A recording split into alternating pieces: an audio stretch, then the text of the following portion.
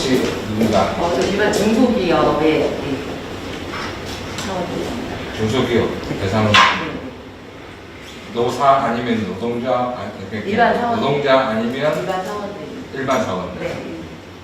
현장에 갔을 때 보통 중소기업의 경우에 노동조합이 없는 경우가 워낙 많아서 네. 구체적인 내용들을 알려드리는 네. 거고요. 사실 걱정은 지금 당이 최대로 떨어졌을 상황에 제가 마지막에 와서 네, 오전에 에너지가 잘라서 좀 걱정은 됩니다. 알겠습니다. 네, 감사합니다.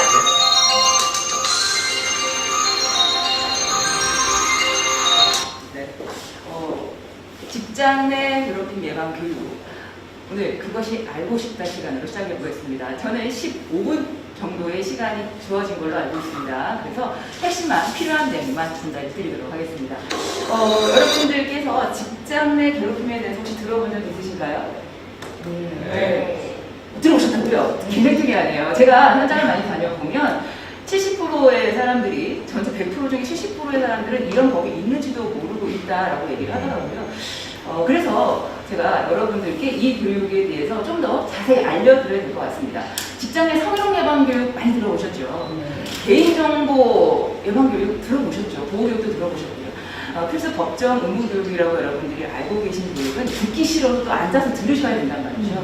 근데 이 교육은 의무가 아니라 여러분들이 꼭 알고 계셔야 나의 권리도 보호할 수 있기 때문에 오늘 15분 동안 알려드리겠습니다. 저는 부산노동권익센터 직장 내 괴롭힘 예방 교육 강사 배상희라고 합니다. 반갑습니다. 반갑습니다.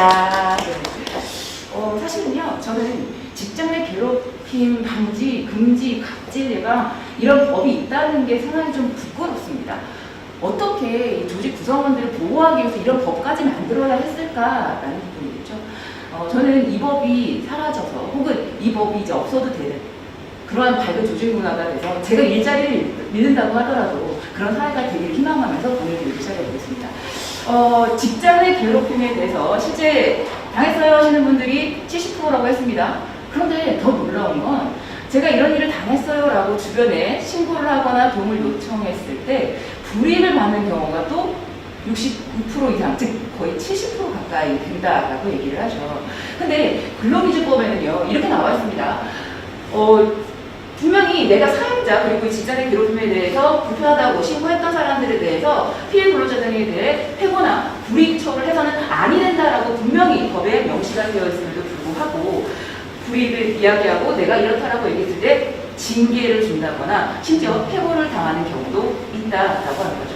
그러면 강사님, 저희가 이런 교육을 받는 이유는 이런 법이 있고요. 어떻게 하면 되는지 피해 당했을 때 이야기하세요 라고 얘기하실 것 같은데 피해를 이야기했더니 보세요. 이런 징계를 당하잖아요. 근데 이 교육 왜 하세요?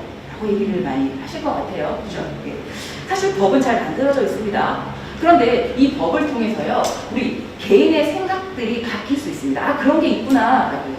개인의 생각이 바뀌면 조직의 문화가 바뀌고요. 조직의 문화가 바뀌면 사회 문화가 바뀌고 그 안에서 혹시 바꿔야 되는 법 조항이나 정책들이 있다면 개선해 나가는 거죠. 그럼 또 저는 여러분들께 와서 아 이런 것들이 있습니다 라고 얘기 드릴 수 있는 거죠. 예를 들어 여러분들 회식 언제 하셨어요? 예전에? 많이 했죠. 언제 많이 하셨어요? 금요일. 금요일. 네. 또요. 낮에 하셨어요? 밤에 하셨어요? 밤에. 밤에 하셨죠. 지금은 어떨까요? 안 합니다. 안 하고요. 코로나들 랜선 회식 이런 거 하면 사연을 바꿔 나가는 거예요. 그런데 요즘은 점심에 회식을 한다거나 문화 회식 등을 합니다. 개인의 생각이 바뀌니까 조직의 문화가 바뀌고요. 조직의 문화가 바뀌니까 사회 문화가 바뀌어 나갑니다. 또 직장 내 갑질에 대해서 혹은 이런 괴롭힘에 대해서 이야기하세요라고 했더니 내가 사용자 즉 사업주 대표님들한테 얘기를 했더니 처리가 흐지부지 된다든지 혹은 그의 가족들이 개입하게 되어서 도움을 전혀 못 받는 경우가 많겠죠? 그래서 어떻게 했어요? 법이 개선됐다는 거죠. 즉 이런 교육을 통해서 아 이런 게 있구나 그러면 우리가 개인들의 생각을 통해서 사회, 조직, 문화들을 바뀌어 나가보자 라고 하는 거죠. 자 그럼 여러분들께 여쭤볼게요. 오늘 아침에 오실 때 아 토요일인데 나 출근했는데 라는 생각하시는 분이 계실 것이고요. 자 혹시 이런 분 계세요? 어머 오늘 나 몇 명이나 시간을 봐야 돼. 오 너무 좋다 하시는 분 손 들어보세요. 한 분도 안 계시죠? 네. 제가 아무도 없더라고요. 자, 이처럼 아침에 출근할 때 너무 좋아 하고 오시는 분들은 거의 안 계세요. 그럼에도 불구하고 그래 가보자라고 오신다라는 거죠. 지금 여러분의 일은 힘드세요? 괴로우세요? 한숨 나오셨어요. 네. 힘드세요? 괴로우세요? 힘드세요? 괴롭진 않으세요? 네. 제가 놀이터에서 노는 아이들을 이렇게 보면요. 땀을 뻘뻘 흘리면서 숨을 헉헉거리면서도 노는데요. 입에는 미소를 띠고 있습니다. 힘들지만 그것을 즐겁게 할 수 있다거나 그 안에서 의미를 찾을 수 있죠. 여러분이 하고 계신 업무 또한 일이 많고요. 힘들 수 있습니다. 하지만 그 안에서 스스로의 어떤 의미라든지 잘할 수 있는 어떤 능력, 역량적인 부분들을 찾아내실 수도 있죠. 그런데 괴로운 건 어떨까요? 누군가의 폭언, 협박, 그리고 따돌림 등에 의해서 괴롭힘을 당한다고 한다면 아마 출근하는 거 쉽지 않을 것 같아요. 9 to 6, 즉 우리가 출근해서 퇴근할 때까지 하루 24시간 중에서 자는 시간을 제외하고 가장 많은 시간을 보내는 곳이 직장입니다. 근데 그 직장에서 계속 괴롭힘을 당하고 업무 자체가 힘들다고 한다면 우리 조직의 생산성은 어떻게 될까요? 아무도 떨어질 수밖에 없겠죠.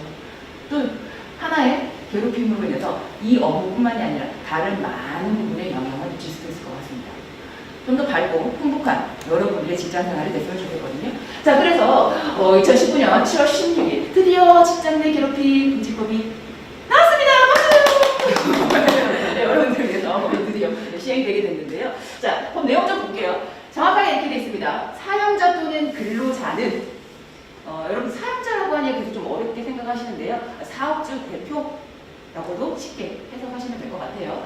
직장에서의 지위 또는 관계 등의 오해를 이용하여 자, 앞서 복습 한번 해볼게요. 세 단어 있었어요. 앞에 단어 외워라고 그렇죠. 예, 대답 안 하셨어요. 자, 오해를 이용한다라고 하는데 이때요. 여러분 지위는 알겠어요. 그죠? 우리 힘의 논리가 작용한다라고 하는데 그러면 권력적인 힘만 있느냐 육체적인 힘도 있고요. 그럼 앞서 지위가 높은 사람이 하급자에게 상급자가 하급자에게 직장에 괴롭힘 당할 수 있을까요? 없을까요? 있어요. 왜요? 다수와 소수도 포함이 됩니다. 그죠? 최근 사례 중에서 이건 성희롱 사례이긴 한데요. 하급자인 여성분이셨고요. 회식 자리에서 상급자 남성분의 허벅지를 만지면서 친해지고 싶어서라고 얘기했습니다. 그러나 700만 원이라고 하는 선생님이 하시오라는 얘기 판결이 내려졌거든요. 지위라고 해서 여러분들 직급이라고만 생각하시면 안 된다는 거예요. 또 분명히 지위는 높은데 조금 몸이 불편하시거나 핸디캡이 있는 분이 있을 수 있겠죠. 그래서 여기 지위나 관계 등의 우위라고 하는 것, 우위라고 하는 건 어떠한 힘의 논리, 즉 조금 몸이 불편한 장애인과 비장애인이 있다면 누가 좀 더 피해를 받을 확률이 높을까요? 아무래도 장애인의 경우가 높겠죠. 그래서 꼭 직급으로만 생각하지 마시라는 거예요. 이런 오해를 이용해서 업무상의 적정 범위를 넘어섭니다. 즉 여기까지 업무인데 이건 업무가 아닌데? 라고 하는 범위가 있겠죠. 그 다음 다른 근로자, 즉 타인에게 근데 여기서 우리가 근로계약서를 썼던 우리 조직 내 구성원일 수도 있지만 파견, 용역, 그리고 하청이나 특수고용도 포함이 된다는 거죠. 그래서 신체적, 정신적 어떤 고통을 주거나 근무 환경을 악화시키는 행위를 하여서는 아니 된다라고 법에 정확하게 명시가 되어 있으니까 법은 우리가 지켜야 되겠죠. 자, 그럼 직장 내 괴롭힘 유형을 저희가 살펴보려고 하는데 직장 내요? 그 직장 우리 환경 안에서의 직장을 생각할까요? 아니요. 그래서 직장 내라고 하면 사무실 내에서만 생각을 하시는데요. 회식을 한다거나 또 회사에서 여러 행사를 해서 외부로 나가야 되는 경우도 있겠죠. 최근에는 어때요? 여러분 손에 항상 24시간 들고 있으시나요? 잘 때는 머리맡에 두고 주무시는 스마트폰, 그죠? 온라인이나 사이버상에서도 일어날 수 있는 것이 직장 내 괴롭힘입니다. 그래서 공간적인 개념만 생각하지 않아주셨으면 좋겠어요. 유형들 다양하게 여러분들 이런 거 있어요라고 이야기를 여쭤보면 여기 교육 현장이고 같이 근무하는 상황이라 누구라고 정확하게 말도 못하겠고 저 이런 일이 있었어요라도 말 못하시겠죠? 제가 지금 포스트 한 장씩 나눠드리겠습니다. 적어서 익명으로 적어주면 여기서 볼 수 있다고요? 자, 그래서 자, 스마트폰 꺼내시고요. 슬라이드를 통해서 활동을 다시 할 겁니다. 좋습니다. 익명으로 될 거니까 한번 볼게요. 이런 일이 있었군요. 여러분들이 제출하신 거 어떤 유형이 있는지 한번 구분을 해볼게요. 어머, 글씨가 다 계셨네요. 먼저 신체적, 언어적 부분들 있는데요. 신체적인가 많을까요? 언어적인가 많을까요? 그렇죠. 사실은 실제 이런 폭행 사건들보다 반대하는 것들이 더 많아요. 그래서 여쭤볼게요. 제가 잘했다라고 하면 어떠세요? 잘한 것 같은데. 근데요, 잘했다 이거 어떠세요? 기분 나빠요. 기분 나쁘죠. 분명히 우리가 문어체로 잘했다는데 이게 어떻게 말하에 따라서 기분 나쁠 수도 있고요. 누가 했느냐에 따라서 달라질 수도 있죠. 그러다 보니까 신체적인 것보다는 언어적인 부분들에서 굉장히 많이 발생을 하고 있습니다. 업무적인 것도 있고 업무 외적인 것도 있죠. 4년 전의 일인데요. 팀장님께서 갑자기 몸이 건장한 남자 직원들을 모두 소집을 합니다. 내일 출근하지 말고 모모역 앞으로 편한 운동화시고 작업복 입고 오세요. 라고 시설지 직원들과 함께 오라고 얘기를 하는 거예요. 그럼 무슨 일을 시켰냐면 그 팀장님의 조상료를 이전해야 되는데 뒤에 나무 이런 걸 좀 옮겨야 되는 거죠. 근데 고속도로가에 트럭을 세워놓고 올라가서 일을 시키고 집에 온 거예요. 저희 남편은 불을 보면 꼭 참지 못합니다. 그래서 이걸 주변 동료에게 얘기를 하게 된 거죠. 소심하게. 근데 그 동료가 불을 보면 꼭 참는 직원이었던 거예요. 그런데 지금 그 동료 직원이 뭘 잘하냐면 카톡을 되게 잘해요. 그래서 주변 동료들한테 야, 이런 일이 있었다 하더라 먼저 얘기를 하게 된 거예요. 결국 징계까지 들어가게 되고 그분은 징계를 받게 되었습니다. 분명히 업무와 관련이 있는 일일까요? 없는 일일까요? 없죠. 근데 본인은 처음에 따라왔어요. 왜요? 팀장님이 시키는 거니까요. 업무 외적인 괴롭힘도 있다는 거죠. 뭐 병원에 행사 때 춤을 췄던 간호사분들도 계십니다. 근데 그 의상은 어땠을까요? 평소에 저희가 잘 입고 다니지 않는 마치 RPG 게임에서나 볼 수 있는 그런 의상들을 입고 춤을 추게 되니까 얼마나 괴로웠을까요? 또 업무 외에 처음부터 춤 잘 추시는 분 없거든요. 준비되니까 그 시간은 걸렸을 거거든요. 그러면 심부름이라도 간다든지 간섭이라고 하든지 업무 외적인 부분도 있죠. 또요? 앞서 예를 드린 것처럼 단체 여러 명이서 나를 괴롭히는 그러니까 이 따돌림, 소문 이런 거 그렇다 카드라라는 것 때문에 괴롭히게 합니다. 그래서 이러한 유형들 여러분들 뭐 지금 적어내신 거 분류를 해보자면 여기 다 포함이 되는 것 같아요. 그죠? 네. 그러면 이러한 유형들을 어떻게 우리가 예방하고 좀 대처할 수 있을까? 그래서 여쭤볼게요. 자, 그러려겠지만 만약에 괴롭힘 당하셨어요. 그 괴롭힘 하신 분한테 뭘 원하세요? 사과. 네, 사과. 뭘 원하세요? 저는 사과받고 그 사람하고 같이 일하고 싶지 않아요. 뭘 원하실까요? 징계요. 징계, 어떤 징계를 원하십니까? 같이 안 하고 싶어요. 같이 안 하시면 징계. 네. 업무를 재배치해달라. 네. 네. 자, 여러분이 말씀하신 것 중에서 아무도 돈 이야기 안 하셨어요. 자르는 거, 해고 이런 거 얘기 안 하셨거든요. 그 진심 어린 사과를 받고 싶어 하는 거고, 일하는 좀 즐겁게 일했으면 좋겠다, 내가 편하게 일했으면 좋겠다. 그런데 여러분들이 지금 위에 계신 분들 혹은 상급자들은 뭐라고 생각하냐면, 이런 신고가 들어왔네? 어떻게 처리할까? 야만 빼면 되겠네? 라고 생각을 해서 해고하는 조치가 생깁니다. 그러면 어떤 피해가 발생할까요? 바로 주변 동료들, 여러분들이 이렇게 생각하시는 거죠.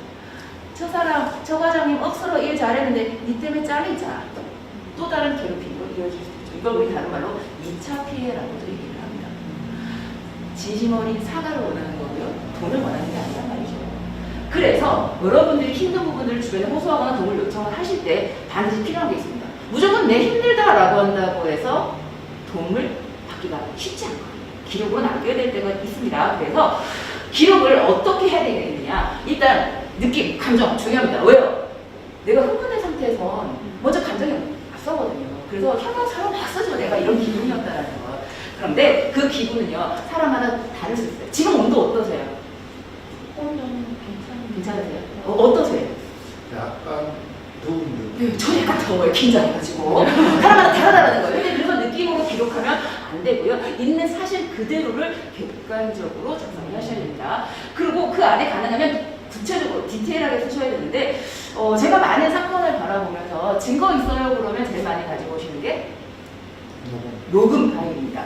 그런데 한 친구가 이렇게 가져오더라고요. 저번에 그 과장님 그러셔가지고 제가 기분이 조금 그렇다 아닙니까? 누구 과장님이냐고요? 뭘 하셨냐고요? 언제 했냐고요? 왜 했냐고요? 이런 것들이 전혀 들어가지 않는 거죠. 그래서 녹음을 하실 때도 6화 원칙에 맞게 누가 언제 어디서 무엇을 왜라고 이야기할 수 있도록 해주셔야 된다는 거죠. 그리고 가능하면 일기 형식으로 그 상황들을 구체적으로 좀 써놓으시면, 시간 순서대로 써놓으시면 더 좋겠죠. 자, 그럼 우리 직장내 괴롭힘 대처를 위해서 일단 기록은 기억을 이깁니다. 어제 뭐 하셨죠? 잘 모르겠어요. 그렇죠. 어제도 기억이 안 나는데 그때 어떻게 기억하나요? 기록은 기억을 이길 수 있습니다. 40초 쓰지 마세요. 그대로 있으면서 항상 가슴에 품고 사시죠. 맞아요. 근데 던지지 마시고 어떻게 처리되는지를 지켜보시라는 거예요. 그리고요, 회사 규정 반드시 확인해 주세요. 취업 규칙, 여러분들 인터넷 가입하실 때 약관 안 보시죠? 그냥 동의 누르시죠? 근데 반드시 읽어보셔야 돼요. 내가 일하는 이곳의 취업 규칙이 우리 회사 규정이잖아요. 반드시 확인하시고요. 필요하다면 도움을 요청하시기 바랍니다. 자, 그러면 제가 이 교육을 하면서 항상 느끼는 건 뭐냐면, 많은 분들이 그래요. 아니, 그러니까 강사님, 우리 뭐 지금 예비 피해자 되지 않게 조심하라는 거잖아요. 아니, 강사님, 예비 가해자 되지 않게 하지 말라는 거잖아요가 아니라요. 오늘 교육은 이런 문제 상황에서 우리가 어떻게 대처하고 바라봅니다. 문제 상황을 어떻게 개입하겠는가 포함이 되어 있습니다. 자, 다 같이 한번 읽어보겠습니다. 시작! 존중하면 존경으로 돌아옵니다. 행동하면 행복으로 이어집니다. 존중하면 존경으로 돌아오고요. 행동하면 행복으로 이어질 수 있습니다. 미국의 소설가 마크 트웨인이 이런 이야기를 합니다. 교육은 사람들이 행동하지 않는데 행동하도록 가르칩니다. 여러분 오늘 교육받으셨잖아요. 이제 뭐 하셔야 돼요?